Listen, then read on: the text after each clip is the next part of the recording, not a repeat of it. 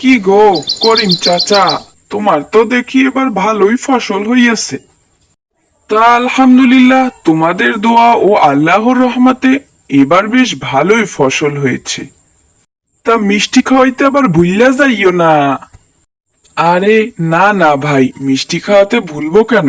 এ তো খুশির সংবাদ, তোমাদের নিয়েই তো আমার খুশি।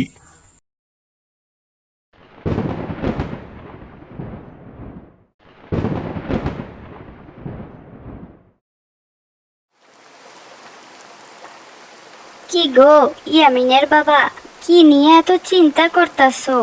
তোমার এত মন খারাপ কেন? মন খারাপ হবে না কেন ইয়ামিনের মা? আজকেই দেখলাম কি সুন্দর ফসলগুলো তরতর করে বেড়ে উঠছিল।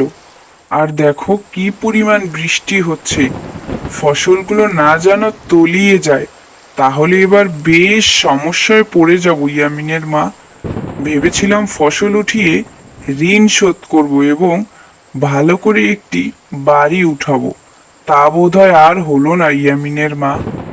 চিন্তা কইরো না ইয়ামিনের বাবা, নিশ্চয়ই আল্লাহ আমাদের সাথে আছেন এবং আল্লাহ আমাদের জন্য উত্তম কিছুই রেখেছেন। ইয়ামিনের বাবা, আজকে 4-5 দিন ধরে তো বৃষ্টি পড়েই যাচ্ছে। এভাবে হলে তো আর হাড়ি উঠছে না চুলোয়। কি দেব ছেলেটার মুখে? জানি না রে ইয়ামিনের মা, কি করব আমি। দেখি কিছু একটা করতে পারি কিনা। হায় আল্লাহ, এ তুমি আমায় কি পরীক্ষার মধ্যে ফেললে! চারিদিকে পানি থই থই, মাঠ ঘাট নদী নালা সব ডুবে গিয়েছে। কি করব আমরা? জমির চাষবাসও তো সব শেষ প্রায়। ক্ষেত খামার সব ডুবে গিয়েছে। কি হবে এখন আমাদের? কিভাবে ঋণ শোধ করব? হায় আল্লাহ, তুমি আমাদের সাহায্য করো। বাবা, আমার মাথায় একটি বুদ্ধি এসেছে। তুমি যদি চাও তাহলে আমি তোমাকে বলতে পারি। বল দেখি বাবা, আমাদের তো আর কোনো কুল কিনারা নাই, যদি কিছু করতে পারি। বলছিলাম কি বাবা, আমাদের বাড়ির পিছনের অংশটা তো ফাঁকাই পড়ে রয়েছে, আর বাসায় দেখলাম কিছু লাউর বীজ রয়েছে। যদি আমরা ফাঁকা স্থানটায় কিছু লাউ চাষ করতে পারি, কোনো রকম খেয়ে তো বাঁচতে পারবো, তাই না বলো বাবা? এ তো বেশ ভালো কথাই বলেছিস ইয়ামিন। কই গো, তাড়াতাড়ি লাউর বীজ আর কোদালটা নিয়ে আসো। দেখি তো পিছনে কিছু করা যায় কিনা। এই তো আসছি, তোমরা যাও। এই তো এখানে বীজ লাগানো শেষ। এখন দেখা যাক পানি আর সার দিতে দিতে কি হয়।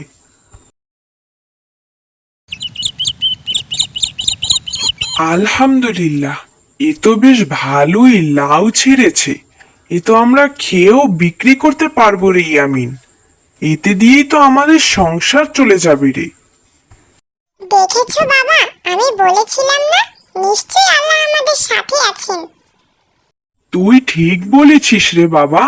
এখন চল, কিছু লাউ আমরা হাটে গিয়ে বিক্রি করে বাজার সদাই করে আনি।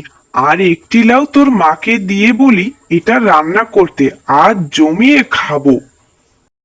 এভাবে দিনে দিনে তাদের চাষে লাউ বেড়েই চলেছিল। এতে করে তাদের সংসার চলেও তারা দিব্যি কিছু টাকা সঞ্চয় করছিল। এভাবেই একজন গরিব কৃষক লাউ চাষ দিয়েই স্বাবলম্বী হয়ে উঠল।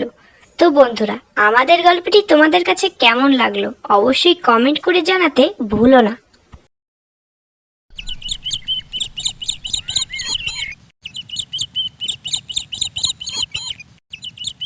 আরে আরে ওই রহিম্মা রহিম্মা, তোদের জন্য আমরা তো আর থাকতে পারলাম না। তোরা আমাদের ক্ষেতের পানি কেটে দিচ্ছিস, আমরা ক্যাম্বালায় থাকবো? হ্যাঁ, তোদের সাহস দিন দিন বেড়েই চলেছে। দাঁড়া, তোদের এখন কিছু একটা করতেই হবে, তা না হলে আর হচ্ছে না। আরে তোমার মিয়ার সাহস তো কম না, তুমি আমার নাম ধইরা ভেঙ্গাও, তোমার মুখ ভাঙ্গা দিব। তোমার সাহস তো কম না। আমি দাঁড়াও, গ্রামবাসীরে অক্ষণে জানাইতাছি। তুমগো জন্য আমরা থাকতে পারি না। আমাগর গ্রামে তোমরা জ্বালাইয়া অতিষ্ঠ কইরা দিচ্ছ। নদী নালায় ময়লা ফেলাইয়া কি একখান অবস্থা। এর একটা বিহিত করতেই হইব, গ্রাম প্রধানের কাছে যাইতেই হইব। দাঁড়াও দাঁড়াও। আরে যাও যাও, যাইয়া কদ্দুর করতে পারো করো, আমিও চাই যাও, একখান বিহিত হোক। আর হইতাছে না এমন কইরা, তুমগো জ্বালায় আমরা আর বাঁচতেছি না। এক নদী দুই গ্রাম, যার জন্যই আজকে এই অবস্থা। একখান বিহিত করতেই হইব, আইজগুই জামু সবাইরে লইয়া। বিচার চাই, বিচার চাই, বিচার চাই, বিচার চাই। এক গ্রামের দুই নদী, আর হইব না, আর হইব না। বিচার চাই, বিচার চাই, বিচার করেন, বিচার করেন। গ্রামবাসীরা থামো তোমরা, কি হয়েছে? শান্ত হয়ে এক এক করে বলো সবাই। এভাবে উচ্ছৃঙ্খলপনা করো না দয়া করে।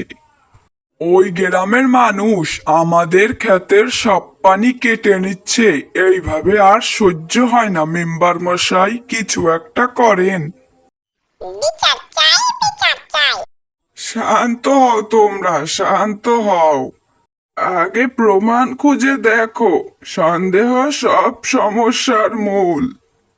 তোমরাই তো নদীতে ময়লা ফেলো, আমাদের মাছ সব মরে যাচ্ছে। তার কি কিছুই হবে না? তার কি কোনো বিচার হবে না মেম্বার সাহেব? শোনো তোমরা, একের জন্য সবার সাথে বিবাদ হয়।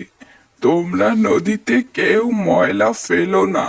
নদী সবাই একসাথে মিলে পরিষ্কার করো, এতে করে তোমাদের ভালো হবে এবং ওই পাশে গ্রামে থাকা মানুষদের উপকার হবে। এবং কেউ কারো ক্ষতি করো না। আজ থেকে আর কোনো বিবাদ নয়, সবাই মিলেমিশে কাজ করে মিলেমিশে বসবাস করো, দেখবে সবাই সুখে শান্তিতে থাকবে। আপনি ঠিক কইছেন মেম্বার মশাই। তোমরা কি কাও গ্রামবাসী? হ্যাঁ হ্যাঁ, ঠিক কইছে, ঠিক কইছে। সঠিক বিচার, সঠিক বিচার।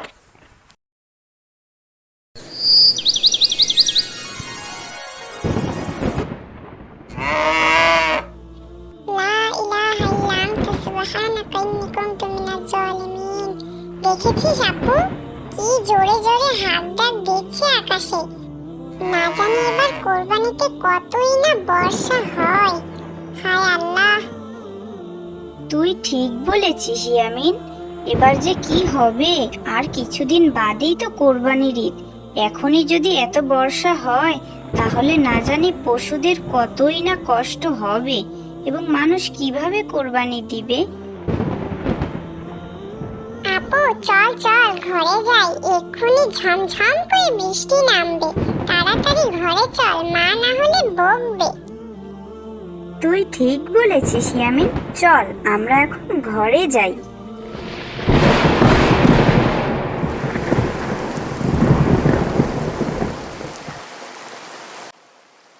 দেখেছিস আপু, কি ভারী বৃষ্টি হচ্ছে। না জানি বন্যা হয়ে যায়। কে জানে এবার কোরবানি যে কি হবে। আর আমাদেরও তো গরু কেনা শেষ। এখন এই বন্যা হতে থাকলে এই গরু তো ভিজে ভিজে অসুস্থ হয়ে যাবে। আমাদের তো রাখারও কোনো জায়গা নেই রে। তুই ঠিক বলেছিস ইয়ামিন, কি যে হবে। আল্লাহর কাছে দোয়া কর যেন খুব দ্রুত এই বর্ষা শেষ হয়ে যায়, না হলে কোরবানিদের দিন যে কি হবে। ইয়ামিন, হুমায়রা, কি করছো তোমরা? এই তো বাবা, তেমন কিছুই নয়। আমাদের কোরবানির গরুটির জন্য খুব চিন্তা হচ্ছে। যেমন ভাবে বৃষ্টি শুরু হয়েছে, না জানি কোরবানির আগে গরু অসুস্থ না হয়ে পড়ে। আরো কত মানুষই তো গরু কিনেছে, কত হাট বসেছে। কি যে হবে এই বর্ষায়। তুই ঠিক বলেছিস আপু, আমাদের জন্য শুধু চিন্তা নয়, অনেক মানুষের জন্যই চিন্তা হচ্ছে। এমন ভাবে বৃষ্টি হতে থাকলে কি হবে এই পশুদের। তোমরা ঠিক বলেছ ইয়ামিন, আসলে এটা বেশ চিন্তার বিষয়। আমিও খুব চিন্তা করেছি, তবে তোমাদের মতো এত গভীর করে চিন্তা করা হয়নি। আসলেই দিন দিন যে বৃষ্টির হার বাড়ছে, এমন বাড়তে থাকলে তো এবার অনেক ক্ষতি হয়ে যাবে। তোমরা বেশি চিন্তা করো না, আল্লাহ ভরসা। আল্লাহ যা করবে ভালোর জন্যই করবে, তোমরা শুধু নামাজ পড়ে দোয়া করো। তুমি ঠিক বলেছো মা, কিন্তু আসলে আমাদের কিছু একটা করতে হবে যাতে এই কোরবানির পশুদের কোনো ক্ষতি না হয়। আর কিছুদিন বাদে ইনশাআল্লাহ বর্ষা ঠিক হয়ে যাবে, কিন্তু কোরবানির পশু পাখি যদি অসুস্থ হয়ে পড়ে তাহলে এদের কিভাবে আমরা ঠিক করব এই অল্প কিছু দিনের মধ্যে? তার চেয়ে এদের নিরাপদ একটা স্থানে রাখা উচিত। আর পানিতে সবকিছুই প্রায় অল্প অল্প করে ডুবে যাওয়া ধরেছে, দিন যত বাড়বে পানি ততই বাড়বে। এর জন্য একটা নিরাপদ স্থান এদের খুবই দরকার। তুই ঠিক বলেছিস ভাই আমার। নিশ্চয়ই আমরা ভেবেচিন্তে খুব ভালো একটি উপায় বের করব। ইনশাআল্লাহ আল্লাহ নিশ্চয়ই আমাদের জন্য উত্তম কিছু রেখেছেন। তুমি ঠিক বলেছ ইয়ামিনের বাবা। আচ্ছা, এখন চলো আমরা সবাই দুপুরে খেতে বসি, খাবার হয়ে গিয়েছে। না মা, আমরা এখন কিছু খাবো না, বরঞ্চ আমরা কিছু শুকনো মুড়িও চিড়ে নিয়ে নৌকা নিয়ে আমি ও ইয়ামিন গিয়ে দেখি গ্রামের কি অবস্থা। অনেকেরই ঘরে খাবার নেই। আমরা যদি পারি এতটুকু তাদের জন্য করতে, তাহলে এ দিয়ে অন্তত তাদের পেট না ভরতে পারলেও খিদে তো কমবে, তাই না বলো? আমরা গিয়ে গ্রামটা একটু ঘুরে দেখে আসি মা। তোমরা খেয়ে নাও, আমরা এসে খেয়ে নেব। তুই ঠিক বলেছিস আপু, চল চল গিয়ে গ্রামের মানুষদেরও দেখা হলো আর কোরবানির পশুদেরও আমাদের একটু দেখা হলো।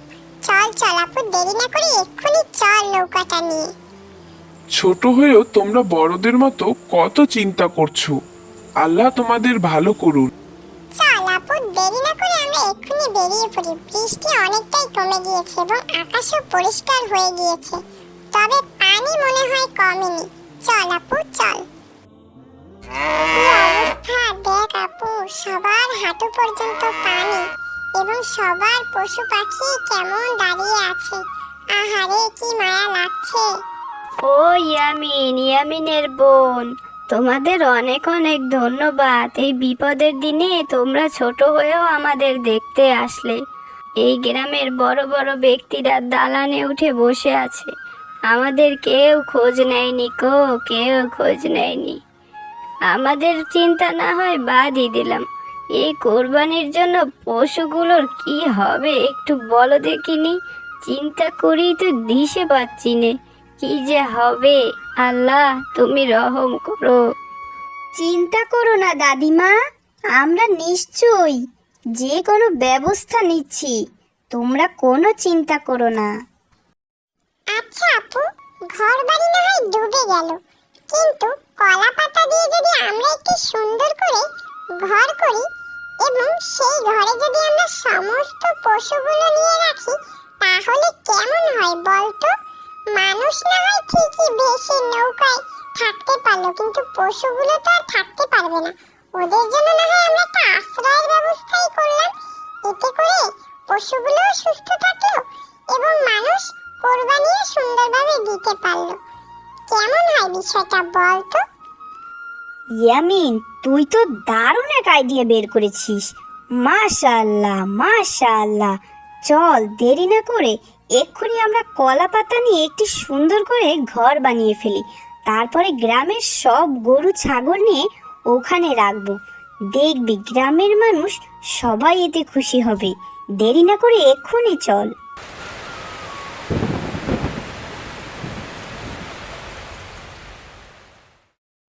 মাশাআল্লাহ, ঘরটা বেশ সুন্দরই হয়েছে। আমারই তো থাকতে মন চাইছে আপু, কি করি বলতো? মজা করিস না ইয়ামিন, খুব ভালো একটি আইডিয়া বের করেছিস তুই। এতে অনেক পশুদের প্রাণ বেঁচে যাবে। তাড়াতাড়ি দেরি না করে এক্ষুনি চল, গ্রামের মানুষদের সকল গরু ছাগল এনে আমরা এখানে জমা করি।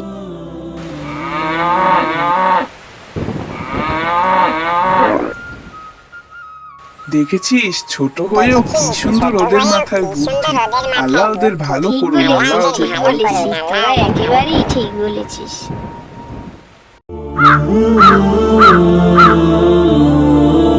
হেই ইয়ামিন, দেখো ওই যে ঝালমুড়ি চাচা ঝালমুড়ি বিক্রি করছে, চলো আমরা ঝালমুড়ি খাই। হ্যাঁ রুকাইয়া, তুমি ঠিকই বলেছো, চলো আমরা দুজনে মিলে আজকে ঝালমুড়ি খাই। আসসালামু আলাইকুম বাচ্চারা, কি খাবে তোমরা? তোমাদের কি ঝালমুড়ি দেবো? হ্যাঁ চাচা, আমাদেরকে 10 টাকার 10 টাকার 2টি ঝালমুড়ি দিন। আজকে বেশ মজা করে ঝালমুড়ি খাবো, কি বলো রুকাইয়া? হ্যাঁ হ্যাঁ, ঠিকই বলেছ, তোমাদেরকে আজ মজা করে ঝালমুড়ি আমি মাখিয়ে দেব। আজকে খেলে সারা জীবন মনে থাকবে। ভাইয়া, আপু, আমাকে কিছু খেতে দিবে? আমি আজকে সারা দিন না খাওয়া, আমি খুবই ক্ষুধার্ত, আমার পেটে অনেক ক্ষুধা। আরে না না, তুমি যাও তো, এখন আমাদের খাবারের মধ্যে বাগড়া দিতে এসো না তো। তুমি কি আজকে সত্যি সারাদিন না খাওয়া? তোমার নাম কি বাবু? আমার নাম আবু সাইম। আমার বাবা একজন রিক্সা চালক। তিনি আজ 2 দিন অসুস্থ থাকায় ঘরে কোনো খাবার নেই। আমি বাধ্য হয়ে আজকে রাস্তায় নেমেছি।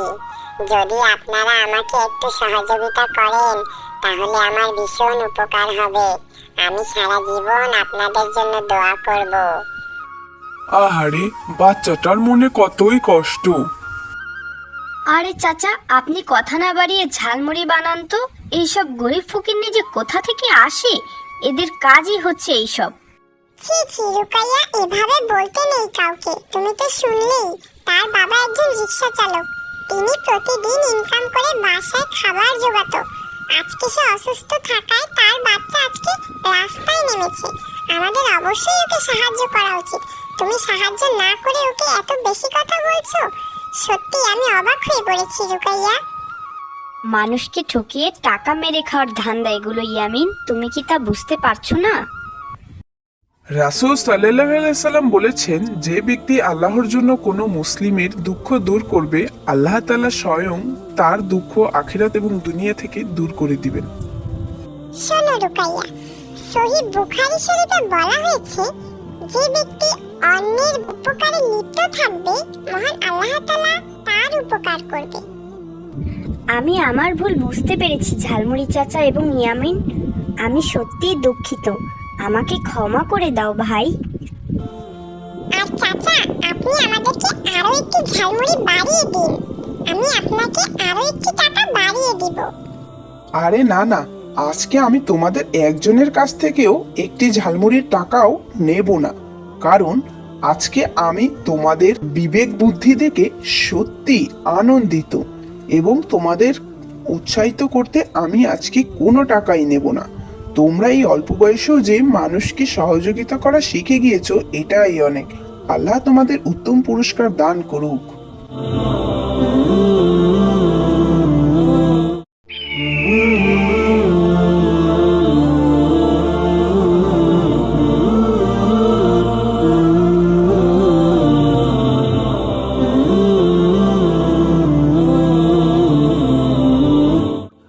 দেখতে দেখতে আমরা প্রায় এই গ্রামেরও শেষ মাথায় চলে এসেছি, আলহামদুলিল্লাহ।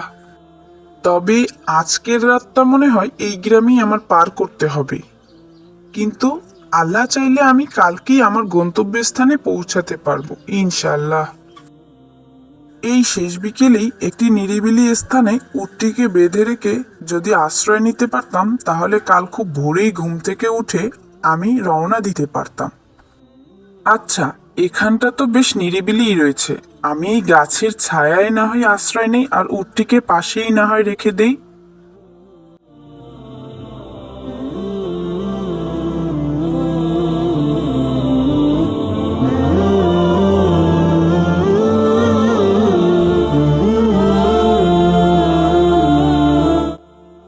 ইয়া আল্লাহ, এ আমার কি সর্বনাশ হলো! আমার উটটি কোথায় চলে গেল? নাকি কেউ নিয়ে গেল?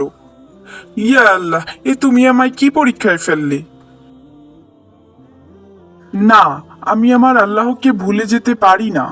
তিনি যদি চান তাহলে আমি আমার উটকে অবশ্যই ফিরে পাবো। হে আল্লাহ, আমি আমার সাধ্যমতো চেষ্টা করছি। তুমি যদি চাও তাহলে অবশ্যই আমি আমার উটকে ফিরে পেতে পারি।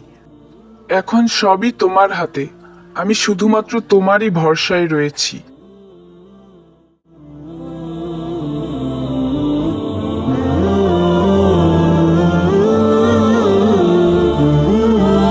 হে আল্লাহ, আমি জানি তুমি আমাকে নিরাশ করবে না। তুমি অবশ্যই আমাকে সাহায্য করবে এবং তা খুব দ্রুতই। এটা আমার বিশ্বাস। আরে, এই তো আমার উট। আলহামদুলিল্লাহ। ইয়া আল্লাহ, তোমার কাছে কি বলে আমি শুকরিয়া আদায় করব? আরে ভাই, এটি তোমার উট? আমি এই উটটি অনেক দূরে ঘুরে বেড়াতে দেখলাম। আমার মনে হলো এটা কারো উট হারিয়ে গিয়েছে, তাই সাথে নিয়ে ঘুরছিলাম। যদি কারো দেখা পাই তো ভালোই হলো। তোমার দেখা আমি পেয়ে গেলাম ভাই, আল্লাহর কাছে অশেষ শুকরিয়া। আল্লাহ তোমাকে এর উত্তম প্রতিদান দিন ভাই। তোমাকে অনেক অনেক শুকরিয়া ভাই। আল্লাহ, তুমি কতই না দয়ালু। তুমি কখনোই কাউকে নিরাশ করো না যদি কেউ তোমার উপর ভরসা করে। যে আল্লাহর উপর ভরসা করে তার জন্য আল্লাহই যথেষ্ট। তুমি আবারও তা প্রমাণ করে দিলে আল্লাহ।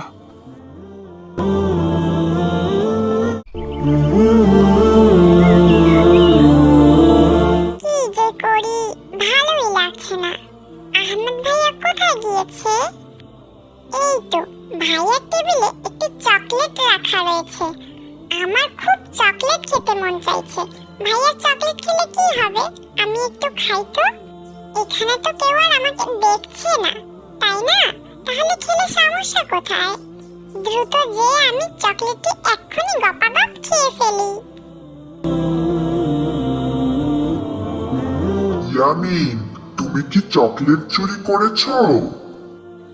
না, মানে আমি আসলে চুরি করিনি। আমি তো শুধুমাত্র একটু ভাইয়েরটা নিয়েছিলাম। এটা তো আর কেউ দেখেনি। কিন্তু তুমি কিভাবে জানলে? কিন্তু ইয়ামিন, মহান আল্লাহ তাআলা তো সব দেখেন। তিনি অন্ধকার, আলো, রাত, দিন সব সময় আমাদের সাথে থাকেন এবং তিনি সবকিছুই পর্যবেক্ষণ করেন। তা কি তুমি ভুলে গিয়েছো? আমার ভুল হয়ে গিয়েছে বাদশা গাছ বন্ধু। তুমি আমাকে ক্ষমা করে দাও। আমি তো ভালো ছেলে হতে চাই। এ কি ইয়ামিন, তুমি এখানে একা একা দাঁড়িয়ে কি করছো? কিছু করছি না। আসলে ভাইয়া, হয়েছে কি, আমি না তোমার কাছে না জিজ্ঞাসা করে তোমার টেবিলে রাখা চকলেটটি খেয়ে ফেলেছি। আমি সত্যিই দুঃখিত। আল্লাহ তাআলা আমাকে দেখছিলেন। ইয়ামিন, তুমি যে নিজের ভুল বুঝতে পেরে সত্যিটা বলছো, এটা অনেক বড় একটি সাহসের কাজ। আল্লাহ সৎ মানুষকে ভালোবাসেন। আজ থেকে আমি প্রতিজ্ঞা করলাম যে আমি সব সময় সৎ পথে থাকব, কারণ আমি জানি আল্লাহ তাআলা সবকিছু দেখেন এবং সবকিছুই শোনেন। তিনি সবকিছুই পর্যবেক্ষণ করেন।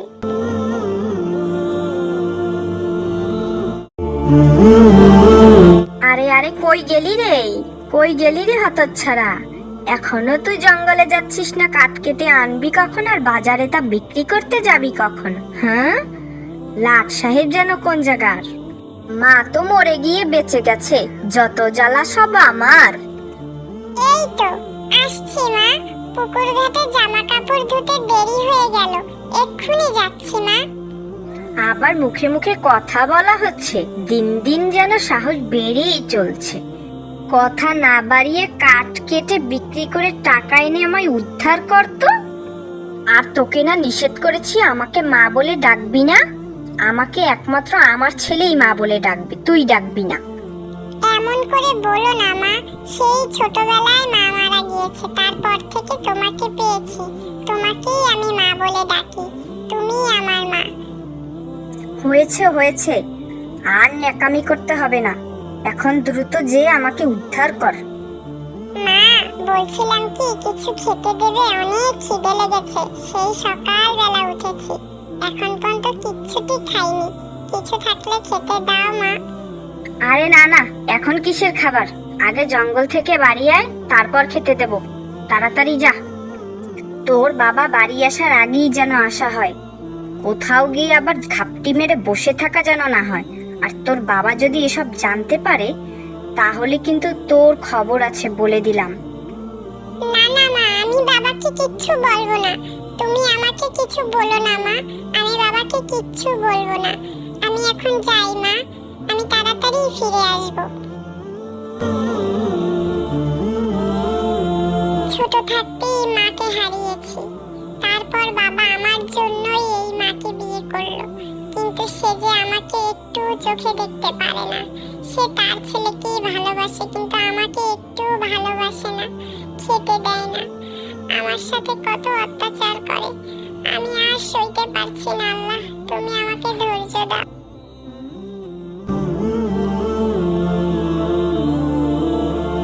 ও ভাই, তুমি কোথায় যাচ্ছ ভাই? একটু এদিকে আসো না। কে যেন ডাকলো মনে হলো না? এই যে ভাই, আমি এদিকে ভাই, একটু আসো না ভাই। আরে তুমি তো একটি গাছ, গাছ হয়ে তুমি কিভাবে কথা বলছো? আমি তোমাকে সব পরে বলছি, তুমি আগে আমায় একটু পানি খাওয়াতে পারো বন্ধু? নিশ্চয়ই, কেন নয়। তুমি একটু অপেক্ষা করো বন্ধু, আমি এক্ষুনি আসছি তোমার জন্য পানি নিয়ে।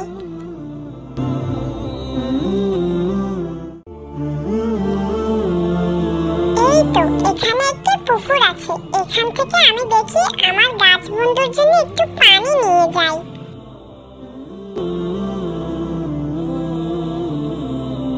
তোমাকে অনেক অনেক ধন্যবাদ। তোমার নাম কি বন্ধু? আমার নাম বিনিয়ামিন। বন্ধু, আজকে আর কোনো কথা নয়, আমার এক্ষুনি যেতে হবে, আমার অনেক দেরি হয়ে গিয়েছে। ও, তুমি সেই বিনিয়ামিন। তোমাকে তো আমি চিনি, তোমার সব কথা আমি জানি। কি বলছো বন্ধু? তুমি আমার সব কথা কিভাবে জানো? প্রকৃতি বন্ধু, প্রকৃতি তোমার সব কষ্টের কথা জানে, আর আমিও তো প্রকৃতিরই একজন। আজকে পানির তৃষ্ণার কারণে তোমার সাথে আমার দেখা এবং কথা হয়ে গেল বন্ধু। তুমি আসলেই অনেক ভালো একজন মানুষ, কিন্তু তোমার সৎমা তোমাকে অনেক অত্যাচার করে, আমি তা জানি বন্ধু। তুমি কিচ্ছু চিন্তা করো না বন্ধু, মহান আল্লাহ তাআলা একদিন সব ঠিক করে দেবেন, ইনশাআল্লাহ। তাই যেন হয় বন্ধু, তুমি আমার জন্য দোয়া করো। আমি আজ আসি, আবার দেখা হবে।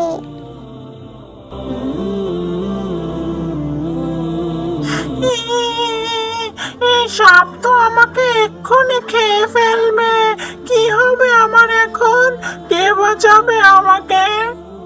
আরে, ওই দূরে ইউসুফ দাঁড়িয়ে আছে না? ও কাঁদছে কেন? আরে আরে ইউসুফ, তুমি ভয় পেও না, আমি চলে এসেছি, চুপচাপ দাঁড়িয়ে থাকো। আউযু বিল্লাহি মিনাশ শাইতানির রাজিম। বিসমিল্লাহির রহমানির রহিম। আউযু বিল্লাহি মিনাশ শাইতানির রাজিম। বিসমিল্লাহির রহমানির রহিম। আজকে তুমি ছিলে বলে বেঁচে গেলাম ভাইয়া, তোমাকে অনেক অনেক ধন্যবাদ। সবই আল্লাহ তাআলার ইচ্ছা ইউসুফ, তুমি ভয় পেও না, চলো এখন আমরা বাড়ি যাই।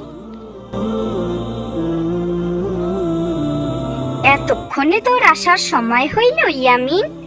এতক্ষণ কই ছিলি? আজকে তোর খবর আছে। দাঁড়াও মা, ভাইয়াকে কিছু বলো না। আজকে জানো, ভাইয়ার জন্য আমি বেঁচে গিয়েছি। একটা সাপ আমার দিকে তেড়ে আসছিল, এমন সময় ভাইয়ের সাথে দেখা। ভাইয়া সাপটাকে আউযুবিল্লাহি মিনাশ শাইতানির রাজিম বলে তাড়িয়ে দিয়েছেন।